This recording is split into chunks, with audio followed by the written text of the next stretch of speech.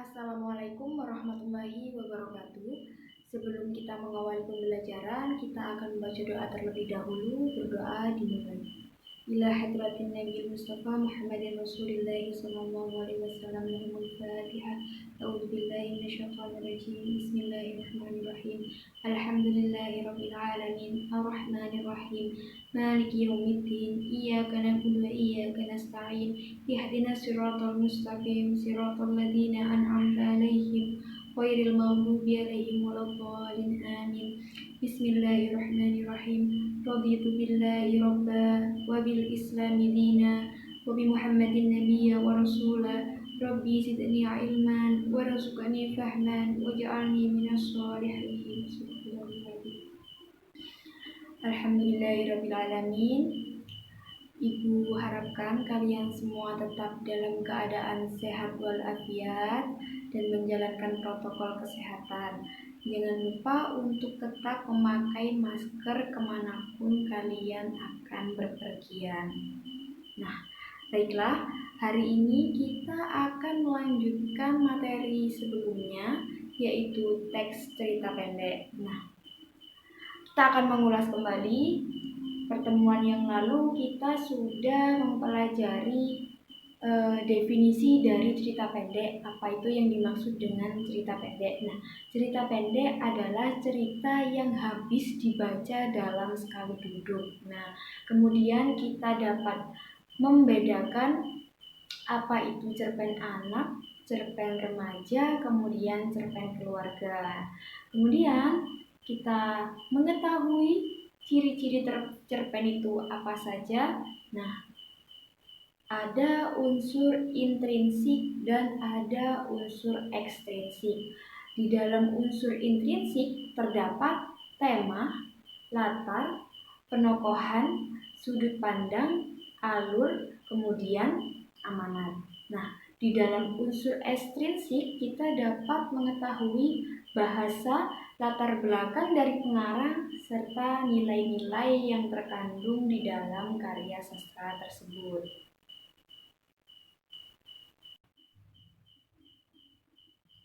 Nah, hari ini kita akan melanjutkan materi ke dalam subbab struktur dan aspek kebahasaan teks cerita pendek. Penggunaan kata ganti orang dapat dilihat dari sudut pandang yang digunakan, yang dinamakan dengan pronomina persona. Pronomina persona merupakan jenis kata ganti yang digunakan untuk menggantikan kata orang atau persona dengan kata benda lain. Jenis pronomina persona sebagai berikut. Nah, pertama ada persona kata ganti orang pertama. Contoh, persona kata tunggal biasanya saya, aku, daku, ku. Nah, yang kedua ada kata jamak, di mana biasanya ditemukan seperti kami atau kita. Yang kedua, persona kata ganti yang menunjukkan kepada orang kedua atau lawan bicara.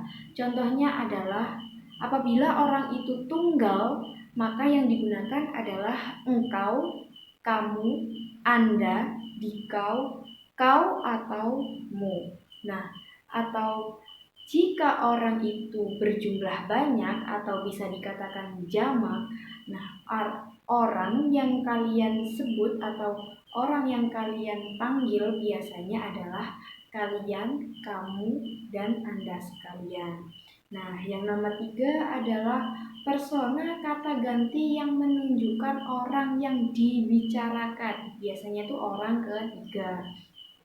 Kalau orang tersebut tunggal, biasanya disebut dengan ia, dia, beliau, atau nya. Kemudian jika orang tersebut berjumlah banyak atau jamak, biasanya disebut mereka. Nah, yang B, penggunaan penanda yang menunjukkan keterangan waktu. Kalimat keterangan waktu adalah kalimat yang di dalamnya terdapat kata keterangan waktu sebagai penunjuk waktu terjadinya sebuah peristiwa tertentu. Contoh penggunaan ganti keterangan waktu antara lain besok, pagi, siang, sore, malam, lusa, kemarin, dan penunjuk hari. C. Pemilihan kosakata atau penggunaan kata benda khusus. Kosakata mempunyai hubungan erat dalam penciptaan sebuah alur di dalam cerita. Ketepatan dalam pemilihan dan penggunaan kosakata memiliki nilai khusus kepada pembaca. Nah, dari segi keindahan dan keserasian makna yang disampaikan terhadap cerpen tersebut. D. Penggunaan uraian deskriptif yang terperinci. Penggunaan kalimat deskriptif berfungsi melukiskan atau menggambarkan keadaan ataupun peristiwa dalam cerpen. Penggunaan kalimat deskriptif ini membuat pembaca lebih memahami alur di dalam cerita tersebut. Selain itu, kalimat deskriptif bertujuan membuat pembaca memahami peristiwa yang terjadi di dalam cerpen. E. Penggunaan gaya bahasa atau majas. Ibu harapkan kalian membaca bukunya untuk memahami gaya bahasa karena pemilihan gaya bahasa itu sangat banyak sekali. Nah, gaya bahasa tersendiri bisa disebut dengan majas. Gaya bahasa pada cerpen berperan dalam memperindah dan meningkatkan efek makna dalam bacaan. Penggunaan gaya bahasa akan menimbulkan makna konotasi. Gaya bahasa memiliki banyak sekali jenis. Pertama, ada gaya bahasa perbandingan, seperti metafora dan personifikasi. Apa Bu metafora? Metafora merupakan gaya bahasa yang membandingkan satu benda dengan benda yang lain secara langsung. Majas metafora biasanya disertai dengan kata-kata seperti bagaikan atau bak. Contohnya, tangannya lembut bak sutra. Seperti itu. Kemudian, personifikasi adalah gaya bahasa yang melukiskan benda mati dan diungkapkan seperti manusia. Jadi barang mati yang diungkapkan seperti manusia, seperti makhluk hidup. Contohnya, laki-laki itu terdiam, lalu sunyi menguasai ruang. Sunyi menguasai ruang. Seperti itu ya. Kedua, gaya bahasa pertentangan, seperti hiperbola, litotes, dan ironi. Hiperbola adalah gaya bahasa yang dipakai untuk melukiskan keadaan secara berlebihan. Contohnya, seperti diburu waktu, aku kebanjiran kata-kata untuk segera ditumpahkan ke mesin ketik. Seperti itu ya. Kemudian yang B adalah litotes, adalah gaya bahasa yang dipakai untuk melukiskan sesuatu sekecil-kecilnya untuk merendahkan diri. Contohnya, diberikan sedikit isi amplop itu kepadanya. Ucap Abak sambil memberikan amplop tebal kepadaku. Menggambarkan sesuatu yang di dalamnya kecil namun sebenarnya bentuknya besar. Nah, yang C, ironi, adalah gaya bahasa sindiran yang paling halus. Gaya bahasa ini dipakai dengan cara menggunakan kata-kata yang mengandung arti kebalikan dengan apa yang dimaksud. Contohnya, pandai sekali kamu sampai kamu tidak bisa mengerjakan soal dengan benar. Maksudnya tidak pandai, seperti itu. Ketiga, ada gaya bahasa pertautan seperti metonimia atau eufemisme.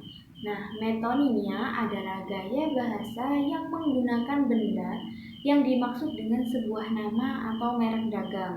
Contohnya, ayah mengendarai kijang ke kantornya, mengungkapkan jenis mobil.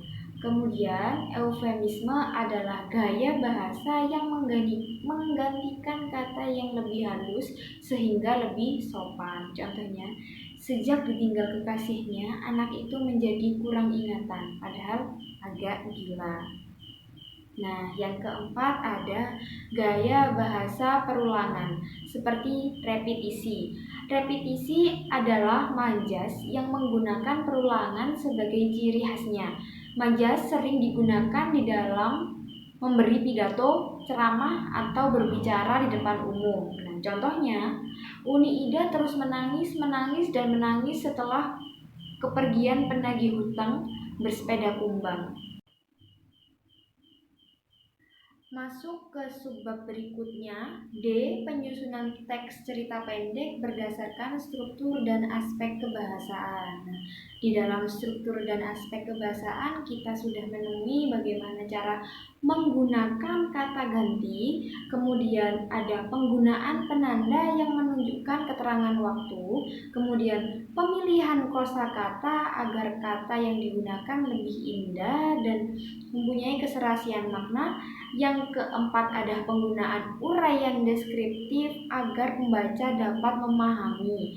Kemudian yang kelima adalah majaz. Nah, kemudian kita akan menyusun teks cerita pendek. Langkah-langkah menyusun cerita pendek. Pada dasarnya, langkah-langkah menyusun cerita pendek hampir sama dengan menyusun karangan. Langkah-langkah menyusun cerita pendek adalah sebagai berikut. Pertama, kalian harus menentukan tema. Tema disebut juga pokok pikiran. Tema adalah sesuatu yang menjadi dasar di dalam sebuah cerita. Tema dalam cerita menjiwai cerita dan sesuatu yang menjadi pokok masalah di dalam cerita tersebut. Tema adalah cerita pendek, misalnya cerita cinta kasih, persahabatan, persoalan nasib, dan kehidupan rumah tangga. Nah, yang B, menentukan pusat pengisahan atau sudut pandang.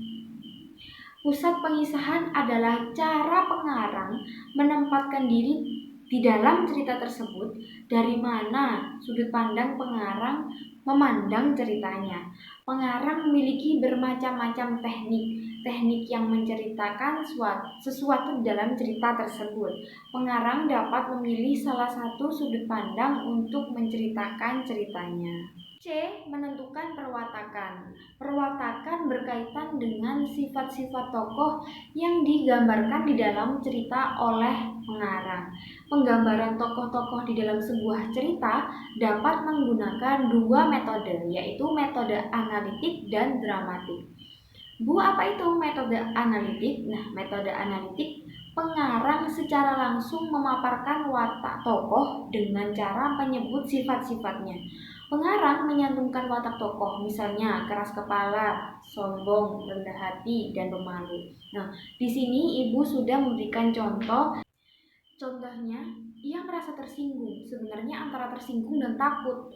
Namun hasratnya untuk mencari Mbak Tung kuat sekali. Ia melangkahkan kakinya dalam kegelapan. Sementara di belakangnya masih terdengar suara-suara yang menertawakannya. Nah, di dalam kutipan tersebut, sang penulis memberikan kata-kata sebuah takut dan tersinggung tersebut.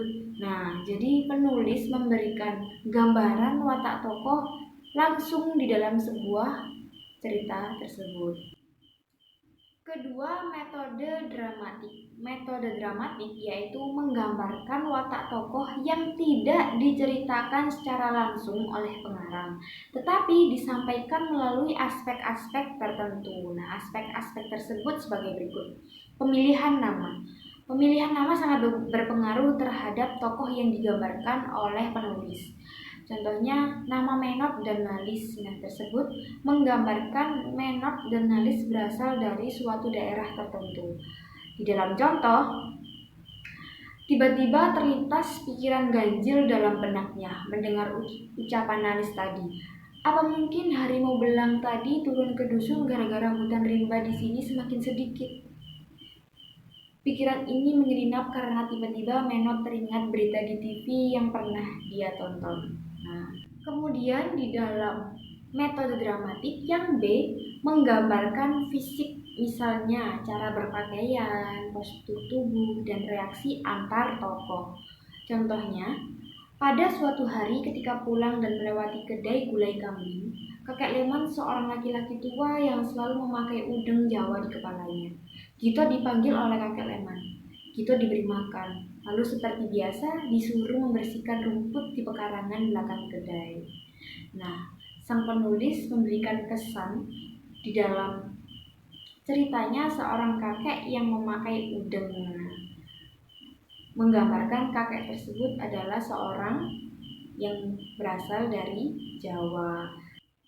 C. Menggambarkan melalui cakapan, biasanya di dalam dialog maupun monolog. Nah, contohnya, kamu, Jubedi, tanaman padi termasuk kelompok apa? Graminea, Ibu, jawab Jubedi dengan sangat tangkas. Bagus, kamu pandai. Kalau kelapa? Palma, Ibu. Bagus juga. Lalu tanaman kentang? Solanaceae. Ya, kamu memang hebat. Nah, digambarkan melalui dialog percakapan.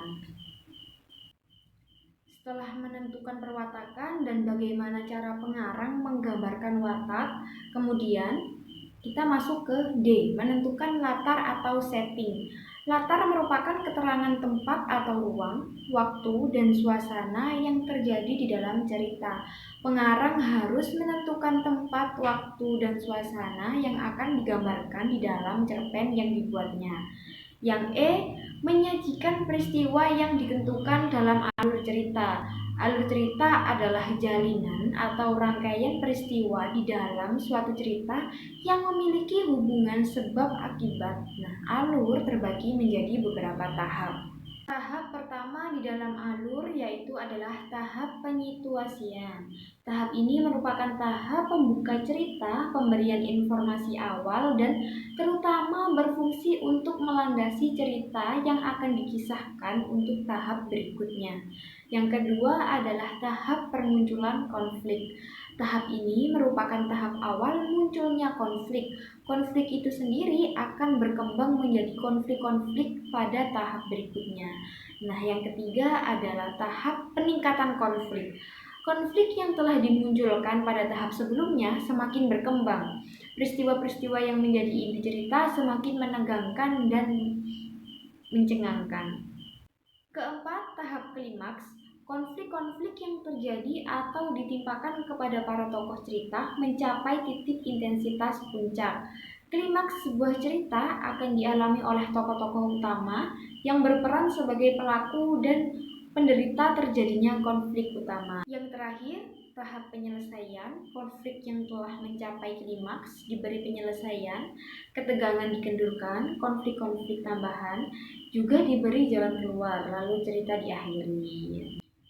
Semoga materi yang sudah Ibu sampaikan minggu ini tentang materi teks cerita pendek dapat bermanfaat untuk kalian semua dan dapat dipahami. Ibu sampaikan bukunya dibaca, dipahami lagi, dan kalian tetap menjaga kesehatan. Jangan lupa tetap semangat belajar di rumah. Ibu akhiri pembelajaran kita hari ini. Terima kasih. Assalamualaikum warahmatullahi wabarakatuh.